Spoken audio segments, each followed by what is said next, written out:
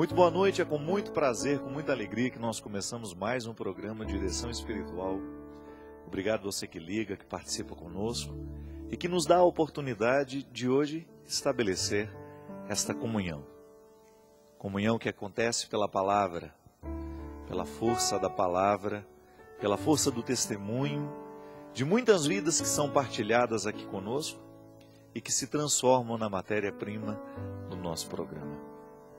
Você já deve ter me escutado falar muitas vezes, e eu gosto sempre de repetir isso, que a religião só tem sentido quando ela modifica o nosso jeito de ser. Quando a gente identifica que há uma conexão entre o rito que nos faz rezar e a vida, entre o nosso cotidiano e o altar. Eu não sei qual é a religião que você pratica, qual é o rito religioso que você busca para poder rezar, para poder estabelecer essa comunhão com Deus? Mas eu acredito que esta comunhão, esta ponte entre o rito que nos faz rezar e a vida, precisa acontecer o tempo todo. É quando Deus vem morar no nosso coração. É quando existe esse deslocamento, do altar, onde nós apresentamos as nossas orações, onde nós realizamos o nosso rito religioso, para o nosso coração. É Deus habitando no coração humano que fará a grande transformação que a vida precisa. É Deus no interior, no mais profundo do nosso coração, gerando o nosso jeito de pensar, o nosso jeito de amar, de compreender a vida. Isso é conversão. Quando nós permitimos que Deus modifique o nosso jeito de ser, sobretudo a partir do nosso jeito de pensar. Muita mudança não acontece de verdade porque a mentalidade ainda não foi transformada. É como obedecer uma lei. É como obedecer uma regra que a gente só obedece enquanto estamos sendo vigiados. A gente sabe que para a gente respeitar a regra, nós precisamos compreender o sentido dela. Se eu não compreendo a regra e o bem que aquela regra pode me trazer, eu posso até obedecer enquanto alguém está me vigiando, porque ela é exterior. E vou deixar de obedecê-la assim que a vigilância termina. Mas quando eu interpreto e descubro o valor daquela regra para a minha vida, eu a incorporo como parte de mim. Eu sempre digo que a riqueza de um povo é justamente a civilização, a capacidade de respeitar o espaço público. Uma nação é mais nação à medida em que o povo tem essa riqueza, que é a consciência. A consciência do espaço público, a consciência do papel que o cidadão precisa desempenhar para que uma sociedade seja melhor, seja organizada, seja ordeira. E não foi à toa que Santo Agostinho falava da cidade de Deus. Quando Santo Agostinho pegava o modelo social da cidade, quais são as formas, ou quais são as regras que uma cidade precisa para viver bem?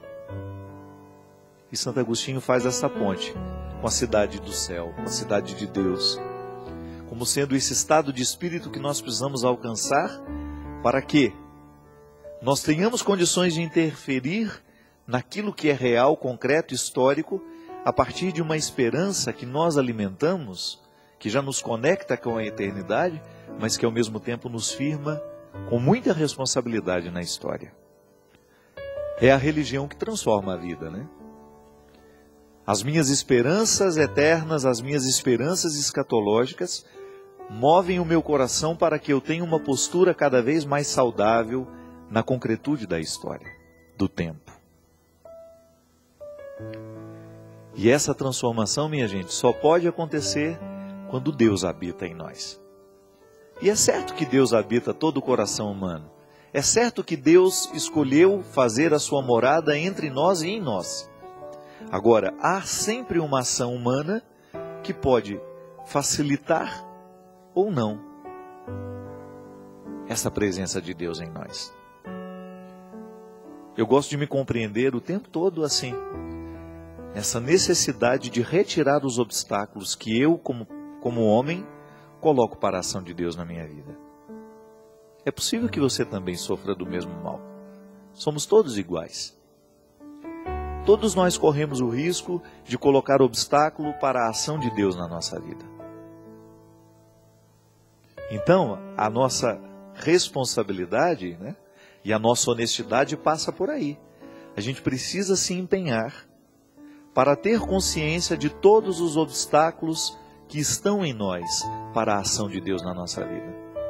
Digo por mim como padre, começo por esse exemplo. Eu como padre, eu preciso ser Jesus para o outro.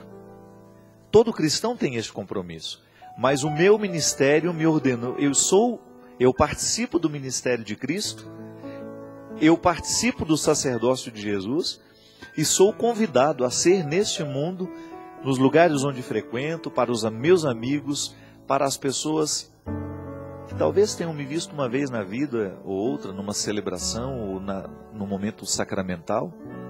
Eu sou convidado a ser este Cristo, eu sou convidado a testemunhar este Cristo na história de maneira sacerdotal. Não é que o padre é melhor ou pior, não. Ele tem uma responsabilidade diferente. Ele foi ungido para um serviço. Então eu preciso ter muita responsabilidade para que no exercício do meu sacerdócio eu retire os obstáculos que são próprios da minha humanidade. Se eu quero transparecer Cristo na história, eu preciso então olhar para mim todos os dias e a partir da minha condição de homem consagrado, a partir dessa responsabilidade que tenho, identificar onde é que estão os obstáculos para que eu exerça bem a minha função. Aí você pode pensar como mãe, não é? Você também é convidada a exercer um papel na vida do seu filho. A mãe, ela tem uma responsabilidade maravilhosa na vida dos filhos. Eu costumo dizer que é uma marca que nós nunca vamos perder. Ainda que depois a mãe vá embora, fala, né, filho, mas corro o risco de, no momento em que amo, prejudicar o meu filho com o meu amor.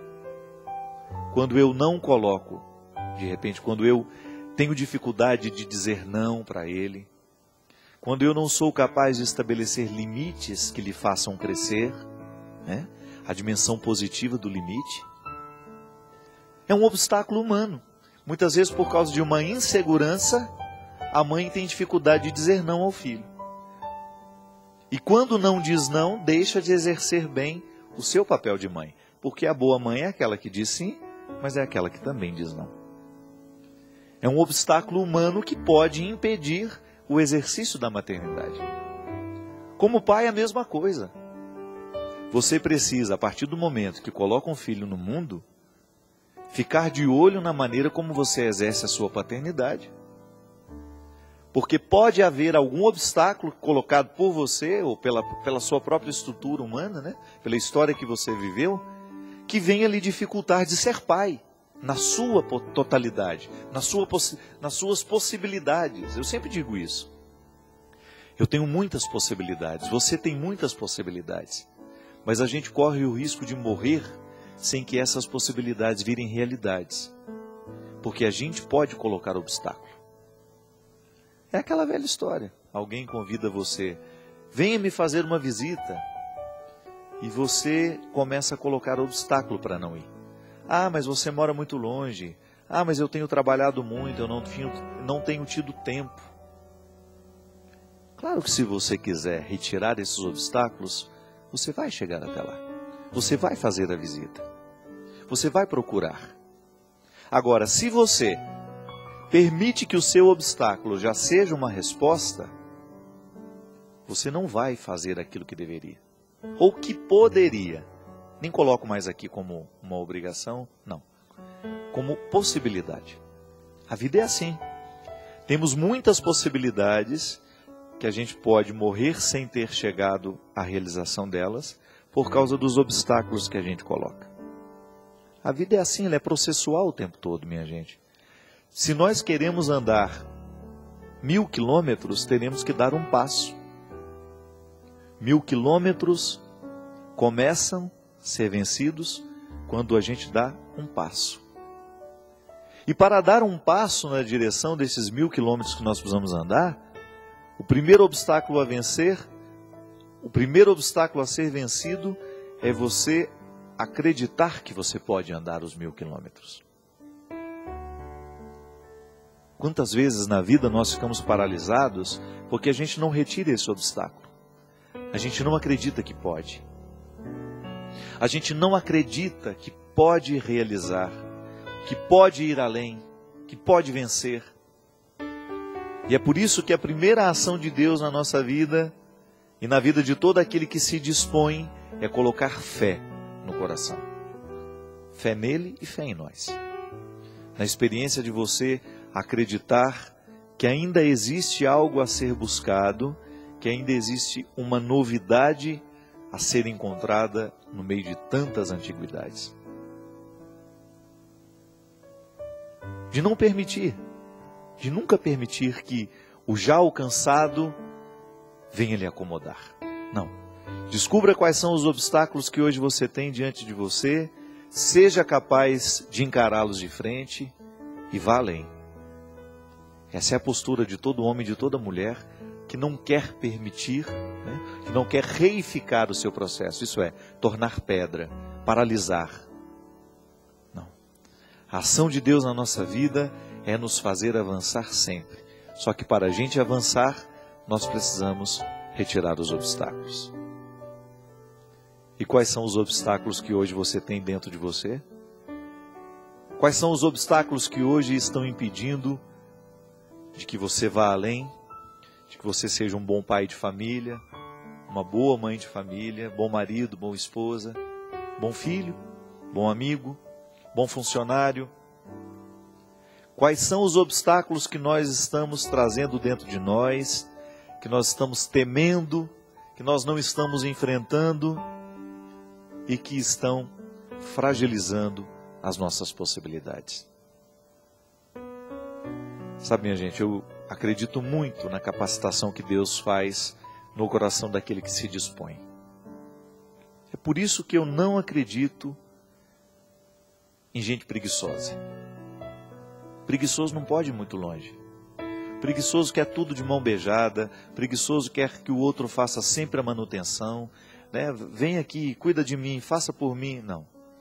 Deus não age na preguiça.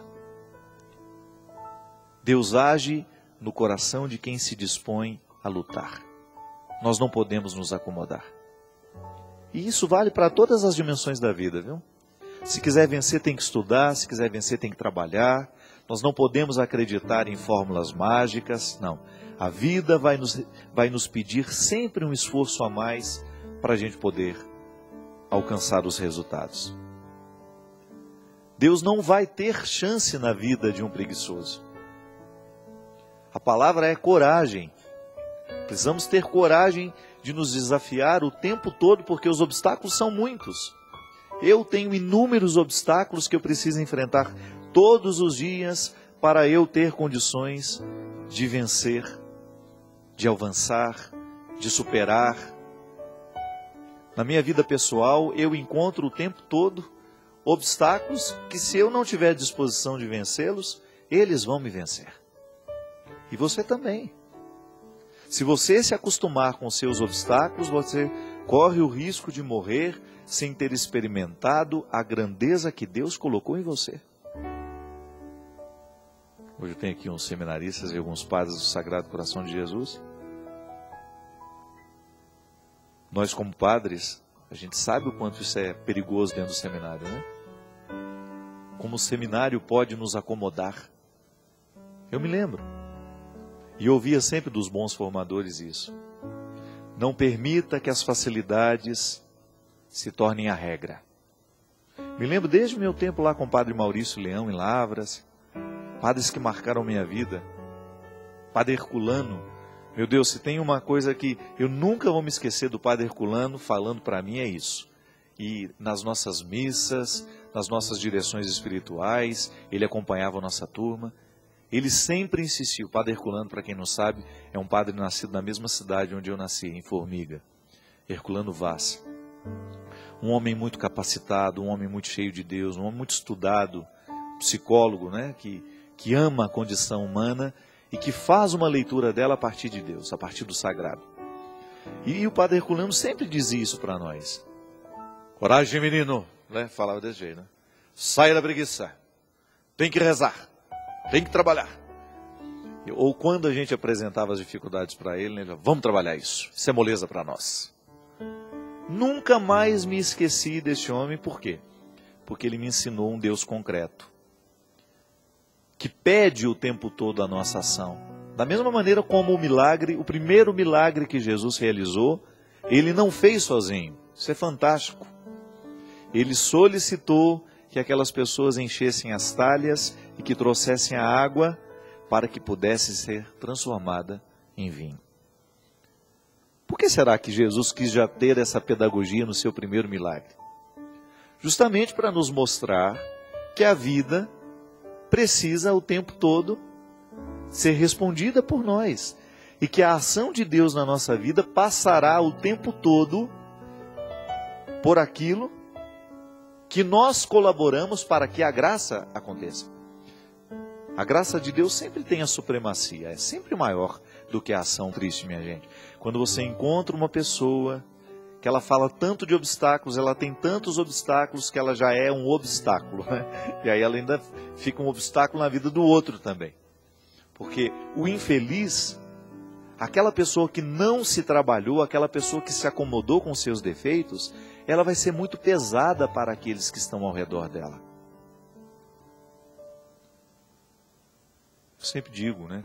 A gente precisa preparar bem a nossa velhice, porque os defeitos da juventude vão se acentuando com o tempo. Então, cuidado. A gente não pode ficar muito aborrecido. A gente tem que tomar cuidado para que o nosso jeito de ser não seja um fardo na vida do outro. E quem não enfrenta o seu obstáculo diariamente, porque cada dia tem um. Às vezes você vai ter um obstáculo que vai ser para a vida inteira, mas que quando bem vivido, bem administrado, você nem lembra dele mais, porque você já aprendeu a administrá-lo. Já tornou-se até um processo inconsciente, né? De luta. Está lá, já estou administrando bem isso dentro de mim. Eu sei que eu sou assim, e na hora que eu começo a agir daquele jeito, eu já me recordo como se acendesse uma luz, me indicando que eu estou entrando no caminho errado. A agressividade, por exemplo, né? A agressividade não é ruim na vida humana. Para a gente vencer na vida, nós precisamos de uma boa dose de agressividade. Agora, quando a gente não administra a agressividade que é própria do ser humano, você sai dando coice em todo mundo, né? Você sai derrubando a porta, você fica intolerante com tudo. Não. É um obstáculo a agressividade? É, mas ela também é uma possibilidade. Veja como é interessante isso.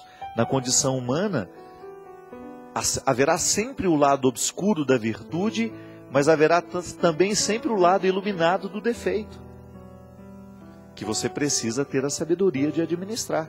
Então eu sou agressivo, reconheço que eu sou. Então para que eu faça deste obstáculo, para que eu tenha um domínio deste obstáculo, eu vou me observar. E eu não vou permitir que essa agressividade seja utilizada em mim para machucar os outros ou para, colocar-me muitas vezes como um opressor, fazer o outro fazer as minhas vontades o tempo todo, ou oprimir o outro, impondo a ele um jeito de ser. Não quero isso. Eu quero usar a minha agressividade para o meu crescimento pessoal, de nunca ficar acomodado, de nunca aceitar, como é que eu poderia dizer isso? O fracasso, Tem gente que aceita o fracasso como definitivo. Não, ele é apenas um ponto de passagem. Falhei aqui, mas posso usar da minha agressividade, isso é, da minha capacidade de lutar para poder ultrapassar esse momento de dificuldade e ir além. É o que a gente precisa. Descobrir o tempo todo o que é que Deus pede de nós. utilizar o tempo todo da nossa vida para fazer a leitura. Da mesma maneira como eu abro a Sagrada Escritura para descobrir uma palavra que Deus tenha para mim, para orientar os meus dias, a minha conduta, fazer da minha vida também um livro santo. Olhar para mim da mesma maneira como olho para as páginas da Sagrada Escritura, com curiosidade de ouvir ali a voz de Deus. Não é um desafio esse? Você olhar para o jeito como você viveu hoje. Desde a hora que amanheceu o dia, o que você fez na parte da manhã, o que você fez na parte da tarde, o que fez agora há pouco. A maneira como você trabalhou, as pessoas que você encontrou. Olhar para tudo isso da mesma maneira como você olha para a Sagrada Escritura. Descubra o que Deus quer lhe falar com o dia que você viveu, com os encontros que você realizou, com a vida que você permitiu viver, com os erros que você cometeu, com os acertos também.